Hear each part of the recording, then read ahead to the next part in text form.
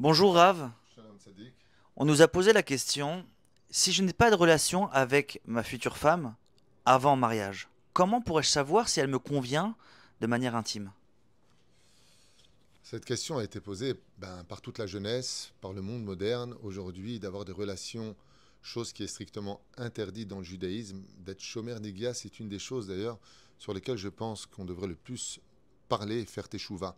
On ne se rend pas compte de la gravité de se toucher, ne serait-ce que main dans la main, avant le mariage. Et ta question est vraiment d'actualité, le Talmud en parle. Comment on faisait Béhémet avant pour savoir que le couple tourne autour de cette relation d'amour, cette relation intime qui ne concerne que l'homme et la femme dans leur chambre. Et puis, il y a beaucoup de problèmes qu'on découvre par la suite. Par exemple, des femmes qui seraient d'un coup réticentes à cette relation, ou des choses qu'on n'aurait pas vues avant.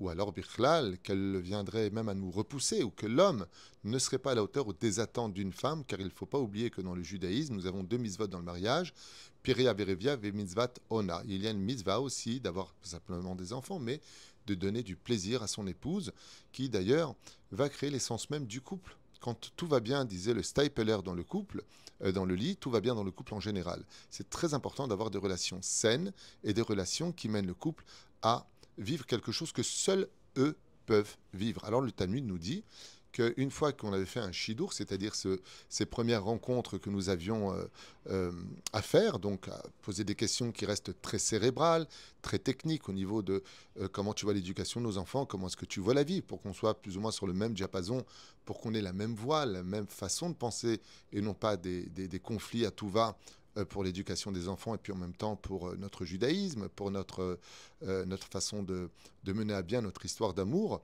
eh bien, il y a cette question qui arrive et il ne faut pas hésiter à la poser.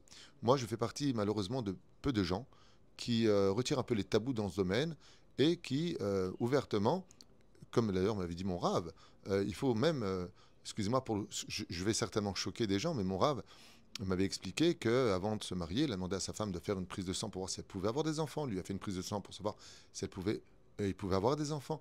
C'est des sujets qui sont importants, qu'on n'a pas le droit de mettre de côté et qui s'habillent parfaitement avec le modernisme. Ce qui fait que le Talmud nous dit que quand on arrivait à prendre la décision de fixer une date, eh bien, on envoyait la mère et les sœurs voir si la femme n'avait pas de défaut physique. Nous, on ne peut pas l'avoir nue. Mais le Talmud nous dit que oui, effectivement, les femmes du Khatan allaient voir s'il n'y avait pas quelque chose qui devait le tenir au courant. Et pourquoi? Pour vivre la mitzvah de Ve'afta l'ereacha kamocha. Tu aimeras ton prochain comme toi-même et que cette personne n'en vienne pas à être dégoûtée ou alors à être pas dans l'attente de ses besoins. Il faut savoir que les hommes ont une âme animale. Il faut le savoir. Et que c'est très important de placer d'abord les midotes, c'est-à-dire les vertus d'une personne. Une fois qu'on a vu les vertus, qu'elle vient d'une bonne famille, que cette personne est une personne qui est bien, il y a aussi un dernier degré qui s'appelle la meshira, même si ça appartient au monde des animaux, c'est-à-dire l'attirance physique.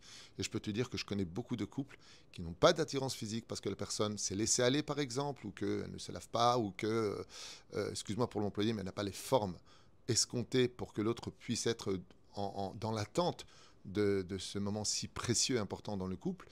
Et donc, automatiquement, ça peut mener le couple, des fois aussi même à s'éloigner ou alors de vivre carrément dans l'indifférence de l'un et de l'autre. Et vous savez que de vivre d'une vie de couple sans amour, c'est comme écrire une histoire où il n'y a pas d'encre.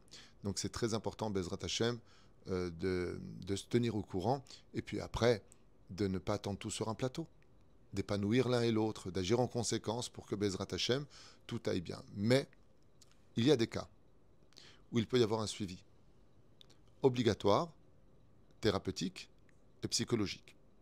Parce qu'il y a des femmes qui, d'un coup, ne le savaient pas, mais elles ne supportent pas la relation sexuelle. Il y a des hommes qui ne sont pas du tout à la hauteur, qui sont très précoces, ce qui fait que la femme est très frustrée parce que elle n'arrive pas à bout, elle n'arrive pas à... Elle a l'impression d'être un morceau de viande. Eh bien, tout ça, ça doit se soigner, ça doit trouver une solution de telle façon à ce que Bezrat Hashem, le couple puisse vivre leur épanouissement. Ne pas laisser ça tabou, ne pas laisser ça de côté, car avec le temps, et malheureusement, les influences extérieures, surtout dans cette génération, les réseaux sociaux interviennent de façon absolument grossière sur tous ces sujets-là, eh bien, remettent beaucoup de couples en question sur leur mariage. Donc n'hésitez pas, s'il y a des problèmes dans ce domaine, d'aller voir des personnes compétentes, rempli de hirat shamaim, bien sûr, de crainte du ciel, que ce soit donc pour les femmes une rabbinite qui s'y connaît parfaitement, un rave qui s'y connaît en psychologie, qui a des réponses à donner, qui travaille éventuellement en collaboration avec un psychologue ou un sexologue dans ce domaine, de ne pas laisser les choses choir. La relation, comme d'ailleurs le Zohar l'enseigne, le moment le plus primordial où la Shekhinah, le créateur du monde, descend dans la vie d'un couple, c'est quand ils sont Veu les Basar Echad, ensemble dans le lit, à vivre dans la propreté et la pureté de la Torah, après ces 2 semaines d'attente de la Nida, enfin cette rencontre où on ne fait qu'une seule chair. Voilà. Grave, à notre époque, on ne peut pas envoyer sa mère ou sa sœur voir une femme. Alors comment on fait? D'abord, tu te trompes. Il y a des minagim, par exemple, chez les Sfaradim, où il y a le mikvé de la femme, et les femmes y vont. C'est le mikvé de la femme. Et à part cela, il y a des questions franches à poser. Aujourd'hui, c'est vrai qu'on n'est plus dans des langues de bois. Et si on arrive vraiment à fixer une date et qu'on est là l'un pour l'autre, il ne faut pas hésiter à poser ces questions. Ça veut dire qu'on ne regarde pas les femmes, mais à partir du moment où ça devient ma femme, euh, je vais lui poser certaines questions. Tout ce qui est fait les Shem Shamaim, comme le dit le Rav Ovadia Yosef, une femme a le droit de pratiquer par exemple une chirurgie esthétique pour plaire à son mari, bien sûr, dans le cadre de l'intelligence et non pas aujourd'hui ce qu'on voit des visages figés et autres. Si c'est pour plaire à son mari, si c'est quelque chose qui lui manquait, pour lui donner un peu plus d'amour, un peu plus d'attention, il faut tout faire aujourd'hui pour essayer, Bezrat Hashem, de garder son couple, le sauvegarder, bien sûr. Après, chacun son niveau. Il y a des gens qui sont au-dessus de ça, il y a des gens qui ne vivent que pour ça, il y a des gens qui sont au centre de tout ça. Après, Bezrat Hashem, il faut savoir si on met les pieds, mais là où je voudrais lancer un message pour tout le monde, c'est que n'attendez pas d'avoir tout sur un plateau. Personne n'est jamais parfait, ni psychologiquement, ni moralement, et encore moins physiquement. Et que la plus belle des choses, et je pense que la plus grande des réussites, c'est d'apporter à l'autre l'épanouissement pour qu'il devienne un peu plus ce qu'on attendait de lui, en lui donnant nous-mêmes l'exemple à suivre.